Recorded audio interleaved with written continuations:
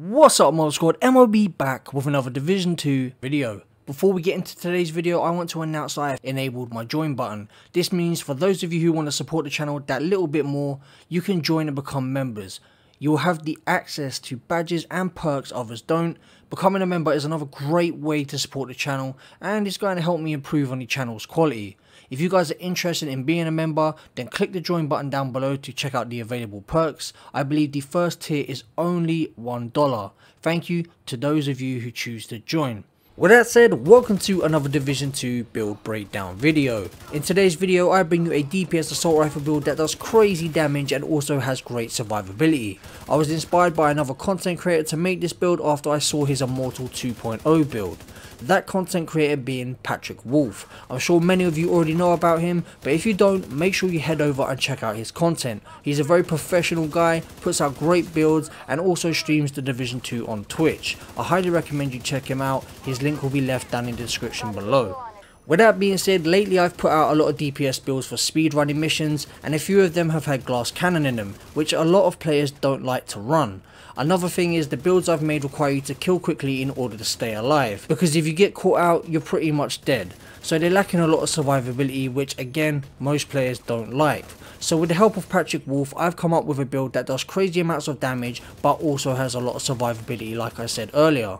You can have a 12 red DPS build with 50% crit chance and 180% critical hit damage and be a tank at the same time. How, you ask? Well, let me tell you, a DPS build with 4 types of survivability. The first being armor on kill, which we gain 15% from System Corruption's 2-piece. We also get another 10% from our specialization, which is the gunner, and then a further 18k armor on kill from a blue mod that we get from our Seska backpack. The second type of survivability is bonus armor on kill, which we can get up to 100% from Bloodsucker. Killing an enemy adds and refreshes the stack of plus 10% bonus armor for 10 seconds. Max stack is 10, so the more you kill, the more bonus armor you gain, and that's what this build is all about. The quicker we kill, the quicker we can stack up the armor. The third type of survivability is the Eagle Bearer talent Tenacity. Headshot kills grant tenacity for 15 seconds, the strength of tenacity is increased by 1% for body shots and 5% for headshots. 40 to 80% of damage taken is delayed until the buff expires. Damage is reduced for each enemy killed while the buff is active, up to 100% with 3 kills. And then finally, our fourth type of survivability being our skills. We are using the shield. The shield is something you want to start engagements off with to get your first few kills, and you also want to use it as your last resort. Our second skill, the striker drone, we are using that to serve as a distraction. It distracts NPCs so we don't get focus fired by every NPC in the room. As you've seen by the footage, the more we kill, the stronger we get in either damage or tankiness. I say either because it depends on which weapon you use. In this build, both weapons are very important. The Eagle Bearer talent allows us to be tankier, but the talent Killer on our secondary allows us to do a lot more damage. Killer gives us an extra 40% critical hit damage for 10 seconds if you kill an enemy with a crit. So you could reach up to 200% crit damage once this talent is procced.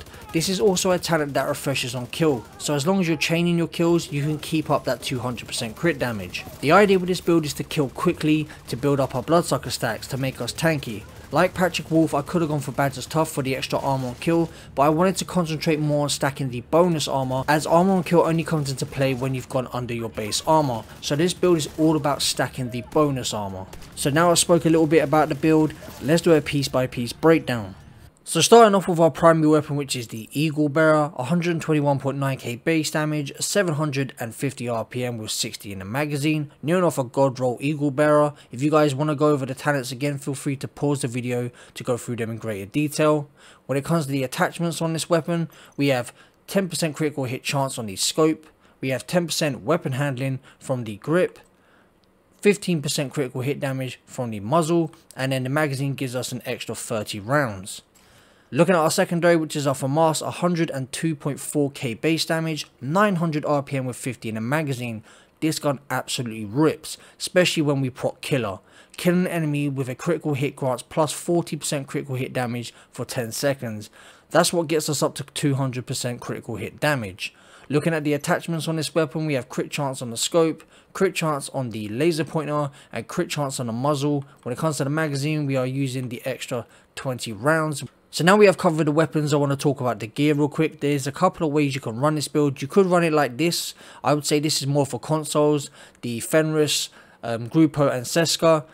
This is more about body shots, or you can run it with the Providence. And the way I'm running it with the Providence, it looks like this one here. You could run it with 3-piece Providence. I didn't have good enough gloves, so I used Grupo.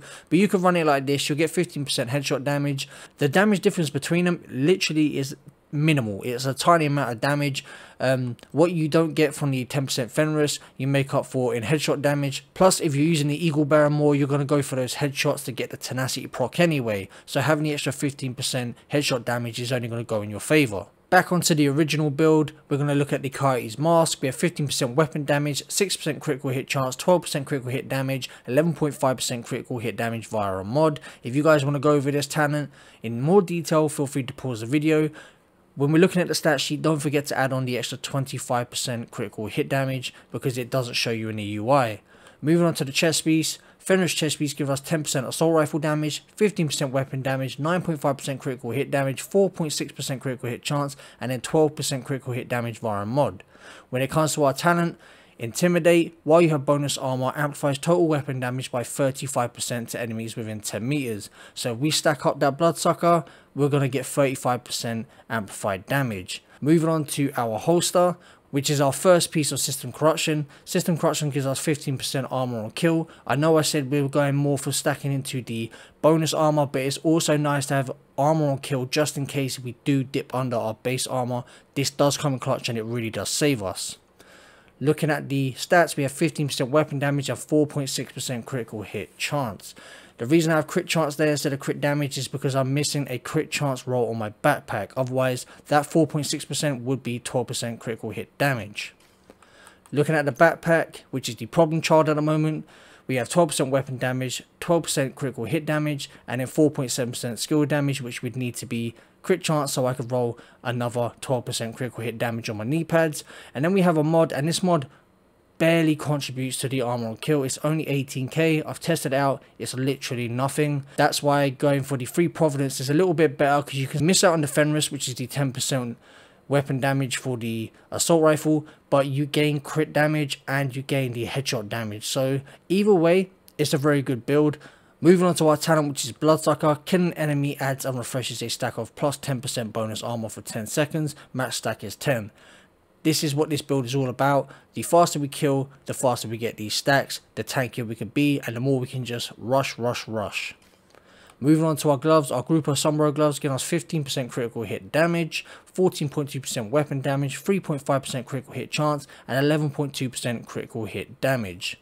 Moving on to our knee pads, we have 14.5% weapon damage and then 10.5% critical hit damage. Now, my stats are nowhere near mid-max. This is just a blueprint. This is just, you know, something to give you guys some ideas. I'm really enjoying this build. It's a lot of fun to run. Once you get a few kills, you just keep going and going, running a train. It's super fun. Looking at our skills, we have the shield, and it's not the tankiest shield in the world with 1.4 million health, but it comes in handy to start engagements and, you know, to pull up as a last resort. Then we have the striker drone. Now, what's important for this is you have duration on this. The longer it lasts, the better. We also have health. 9.2% health, so it doesn't get shot down so easy.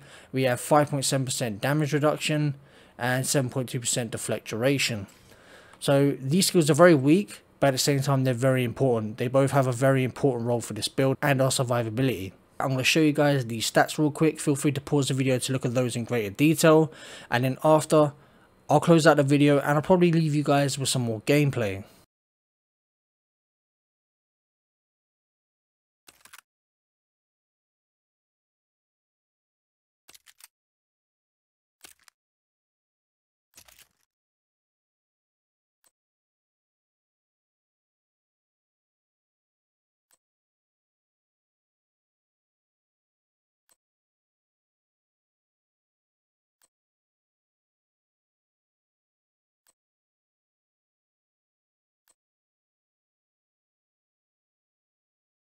Before I love and leave you guys, I just want to close this video out by going over the PC version of this, because I know a lot of you who follow me play PC, so this is how I'd run it for PC. We'd go for the free piece of Providence. Even though I haven't got the third piece there, it would still give us the 15% critical hit damage. So go for free piece, you'll get the 15% headshot damage. And then what you could also do as well on your secondary weapon, which you're running killer on, when it comes to the scope, you use this scope down here that gives you the 30% headshot damage. So if you put that on there, and then we look at the stats real quick, you'll see we have 81.2% headshot damage, 166.6% critical hit damage, and you'd be around, you'd be over 50% critical hit chance. So you have damage in all areas, and it's going to absolutely melt. So if you're on PC, try this out. Let me know what you think down in the comment section below. Don't forget to smash that like button to support the channel. If you're new around here, subscribe for lots more Division 2 content, and I'll catch you guys in the next one. Peace out, Mob Squad.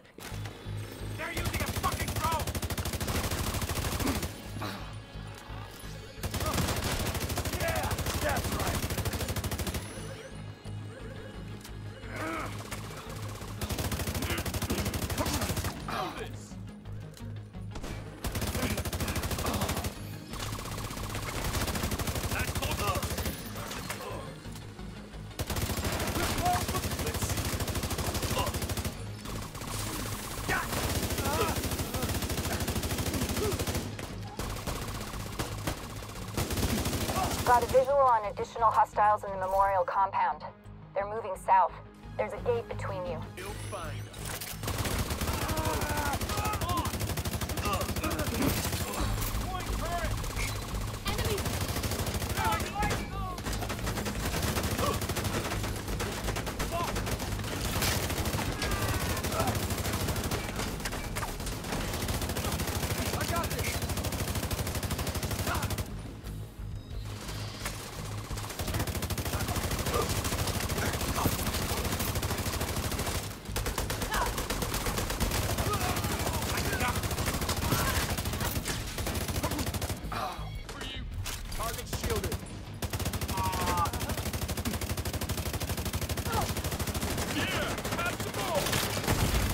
Serious trauma detected.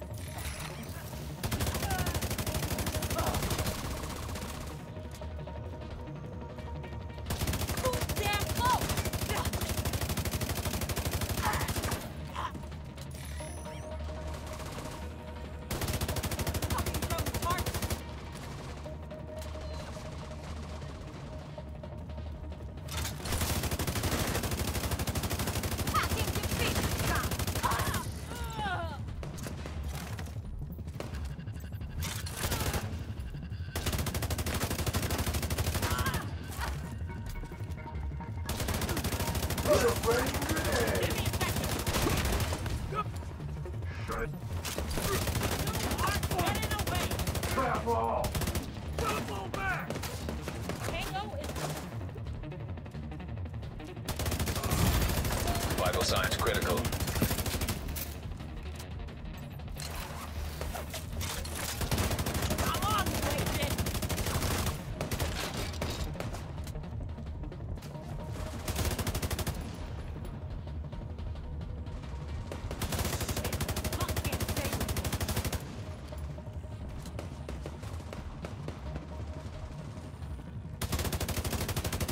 All clear. I repeat, the compound is all clear. No, that can't be all of them. Check the interior while I get Henry's people to maintain the perimeter. They've gone.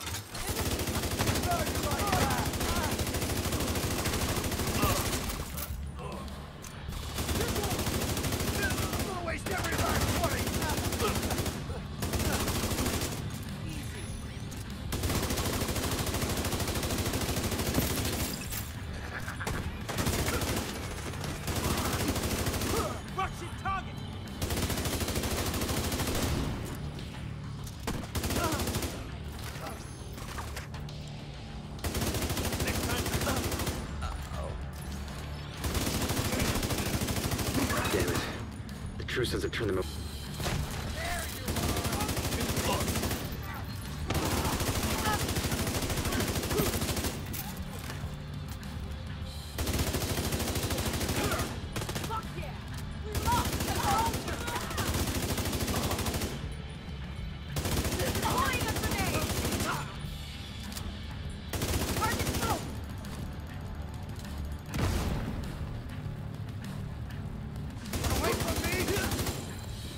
Bring it, asshole!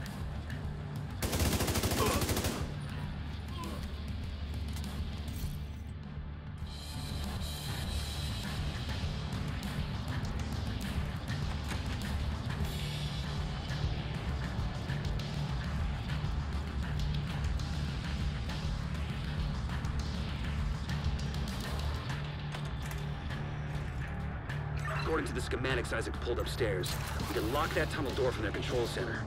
That should keep them from being able to transport those mortars loaded with DC-62.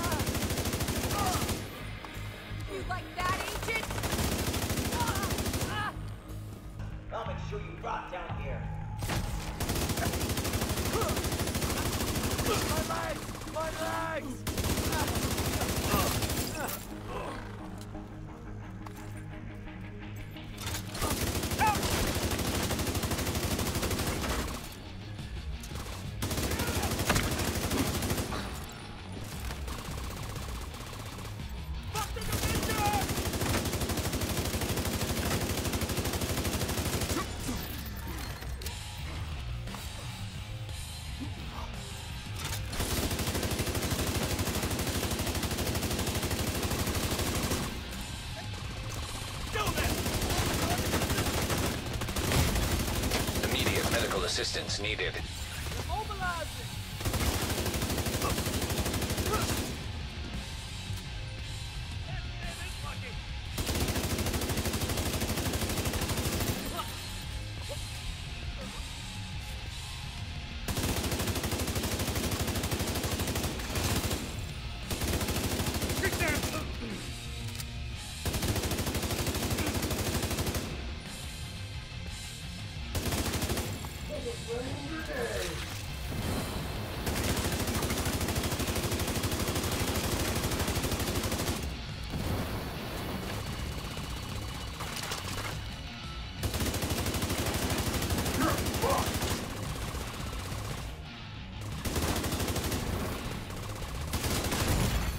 Serious trauma detected.